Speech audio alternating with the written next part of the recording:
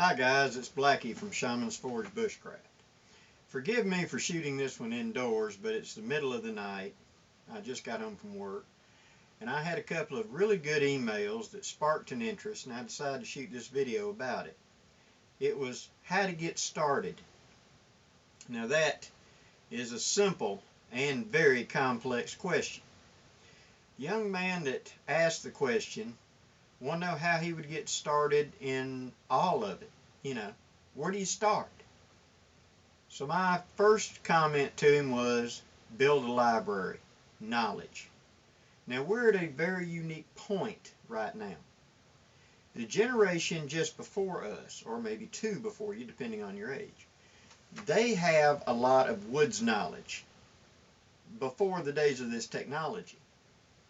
When they went out with just compasses, and they had to navigate by dead reckoning, and they had to navigate by following landmarks, not GPSs and things like that. There's a lot of very savvy individuals left around, probably in your family. That's a great place to start.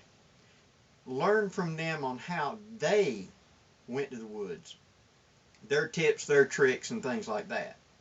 And the next way is by book learning, and that's what we're going to discuss now, is building your library. Now the first thing you need to acquire before you do anything else is a journal. I carry two, one that's good size and one that I carry in the field. Now the one I carry in the field has a Condura cover on it. I carry a couple of pens in the back and one of these little moleskin books like you pick up that you write your own stuff into. In it, I have put my personal journal of things I found, things that interest me, things I wanted to research a little bit more.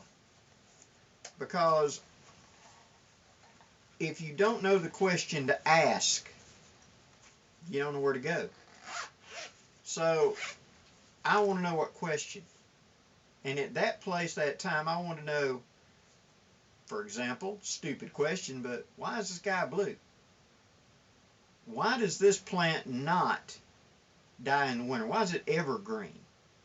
Why can I eat this plant this time of the year, but I can't eat it that time of the year? Questions like that is what I jot down as I come up upon them. And then I do research. Well, that's where the big journal comes from. This one's called Useful Plants Field Notes. And what it is, it's where I found in my study of plants things about them that I would write down, like the uses of a pine tree, that I would compile from various sources, because I would learn, as you got to remember, there's the 80-20 rule. 80% of what you hear, 20% is real valuable. But you got to hear the whole 100% in order what to mine out. And so let's mine out what we need. And I wanted to know, let's take with plants, because plants was a weakness of my learning that in the last couple of years I've really focused on. That's what I've been doing this summer, is really focusing on it and trying to learn, taking my opportunities to learn various plants and things in my area that would be useful to me. How is this plant useful to me as an emergency food source? As a use of materials? Can I make cordage out of it? Does it have medicinal uses? Does it have long-term uses? Is it something that spoils quickly? Things like that. And I wrote down all the uses as I found them and as I could document that, yeah, either I tried it personally, which is 90% of it. Don't bet your life on something in a book until you've tried it. It might be harder than you think, or the writer may have left out a step. So make a point of trying something before you bet your life on it. In my library, for you, the beginner, what I recommend that you start with is good field journals, field manuals, in whatever area you're wanting to start with. Now, Dave Canterbury's book is really good and is a fantastic starting point, and I highly recommend getting this and the DVD. I don't do this because a plug for Dave. I do it because it is well written for a beginner. It really is. Lots of pictures and lots of very common sense stuff, and it's a good place to start. Another really good book, Cody Lundine's book, 98.6, Art of Keeping Your Ass Alive. It deals more with water and stuff you'd really apply more toward desert environment, but that's a good sized part of the United States and other countries. The information you look for, try to zone it in on you. If you're in the middle of the Sonoran Desert, Arctic stuff is not that far off because y'all do get cold, but you know, focus on the environment you're in and the books and things focused on you. Like, for example, Audubon Guide to North American Trees. This was my very first field guide, and I have used the dog out of it. Knowing and understanding trees is a very good, useful skill for what they're good for, to being able to identify them. Lots of uses. When they say basswood's the best thing for a fireboard, being able to find out what a basswood looks like, or being able to look at a honey locust, or know what cedar. Because in your other information that you'll glean from internet or from works or whatever, and they're talking about making a bow out of Osage orange. This is how you find out what it looks like in your area. Great book. National Audubon Society Field Guide North American Trees. Highly recommend this one, guys. If you're not in the United States, something comparable in your area. Very, very good. User-friendly book. The next one is these. Now, I live in Alabama, which is in the eastern part of the United States, southern part of the United States. These two books. Edible Wild Plants of East Central North America and Medicinal Plants. I use these back to back, and I also use this book, The Field Guide to North American Plants. Between these three is what I've built the bulk of my knowledge on, by finding the plant, building on it, and learning. Now let's talk a second about plants. You're also going to see these guides in places. These pop out little field guides that have got great reference. These are a great reference guide when you already have studied this. Don't use this alone. The pictures ain't good enough. Why to study plants? As an emergency food source, primary. As a source of cordage. As a source of medicinal use. As a source of myriad of objects of how to make things out of it. The best things for, I don't know, cordage or basket weaving or whatever. Find out what the plant is. Now, discussing edible plants. In your area, wherever you are, here is what I did and I personally recommend to you. First, find the top 5 most common edible plants in your area. Don't waste your time learning some obscure plant that you got to hunt a month for.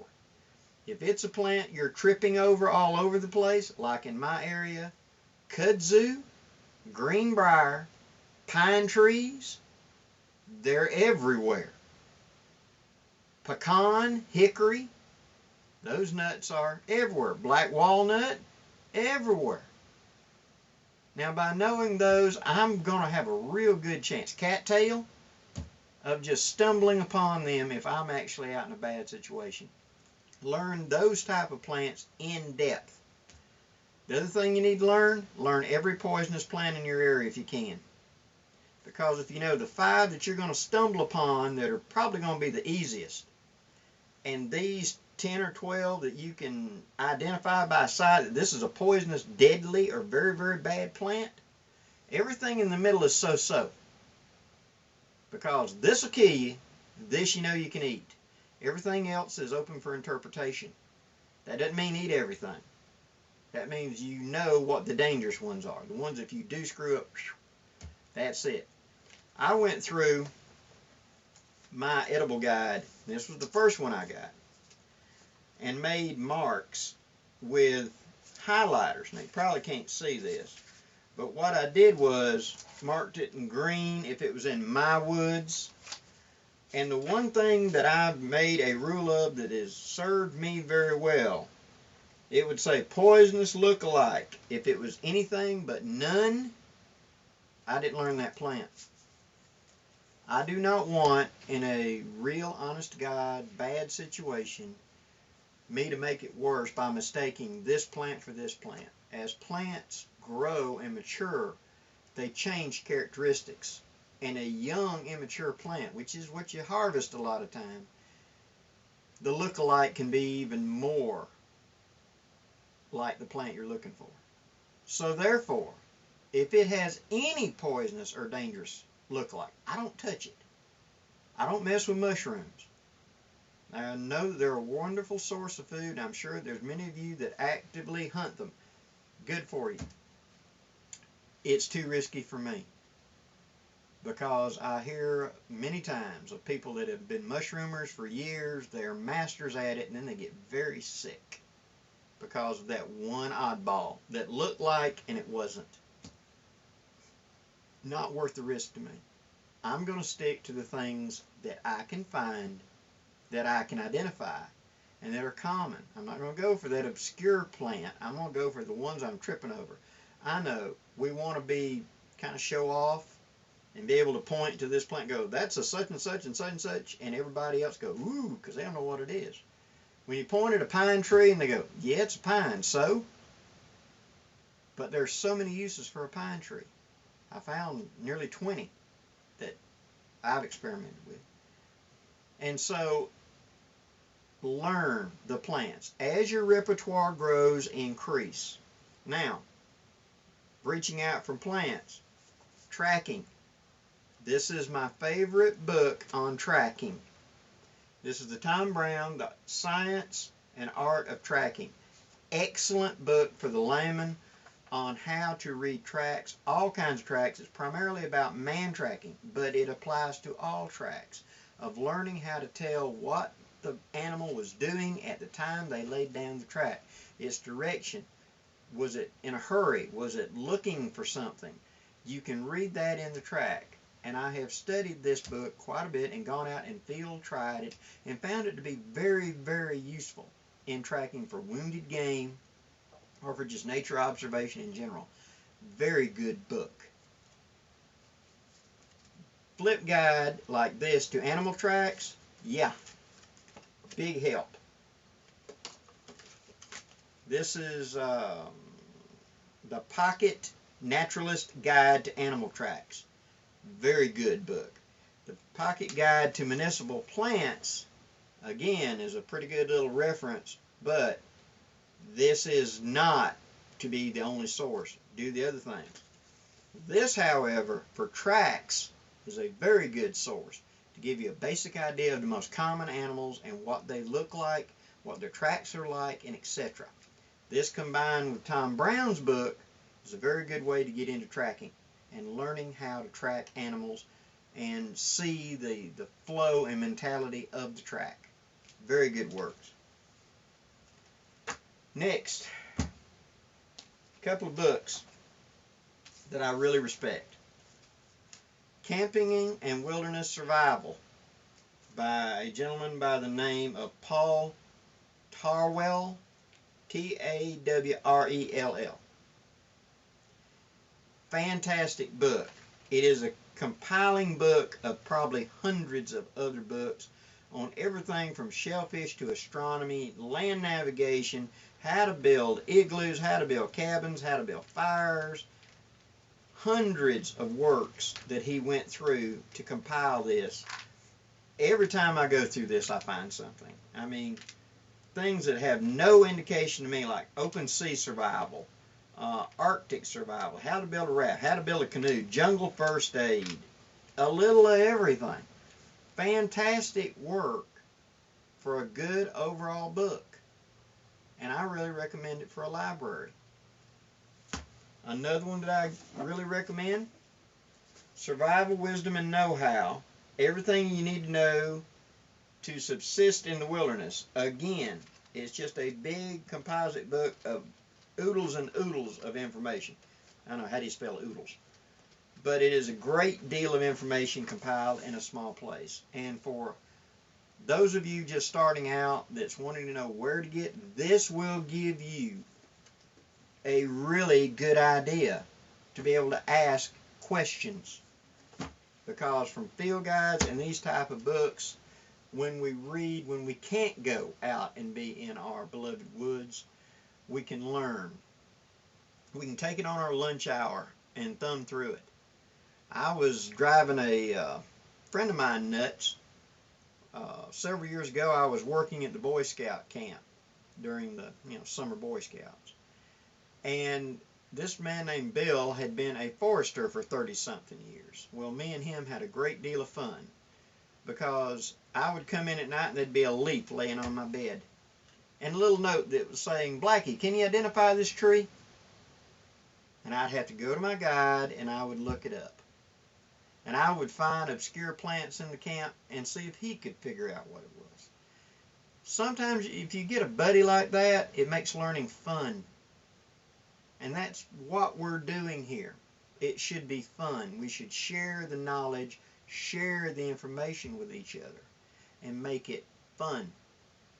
Being alone sometimes can not be so much fun.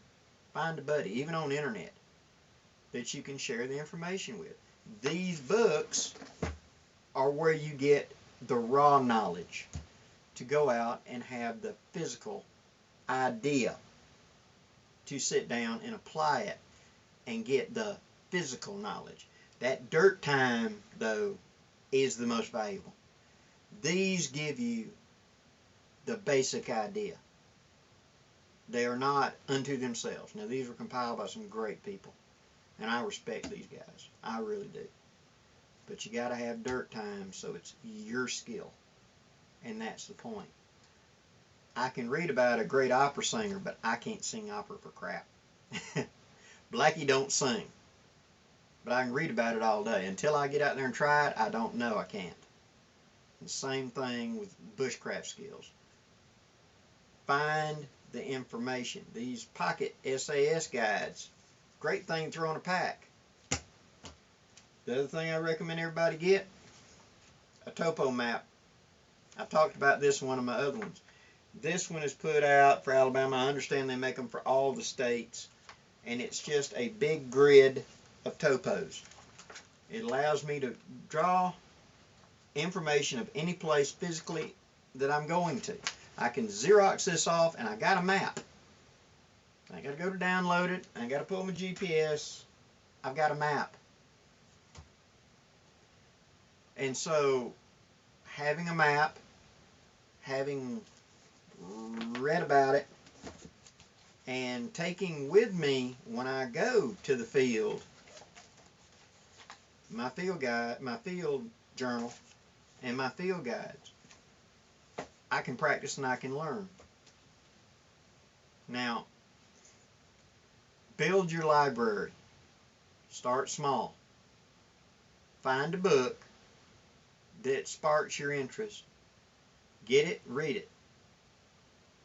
All of these books are available.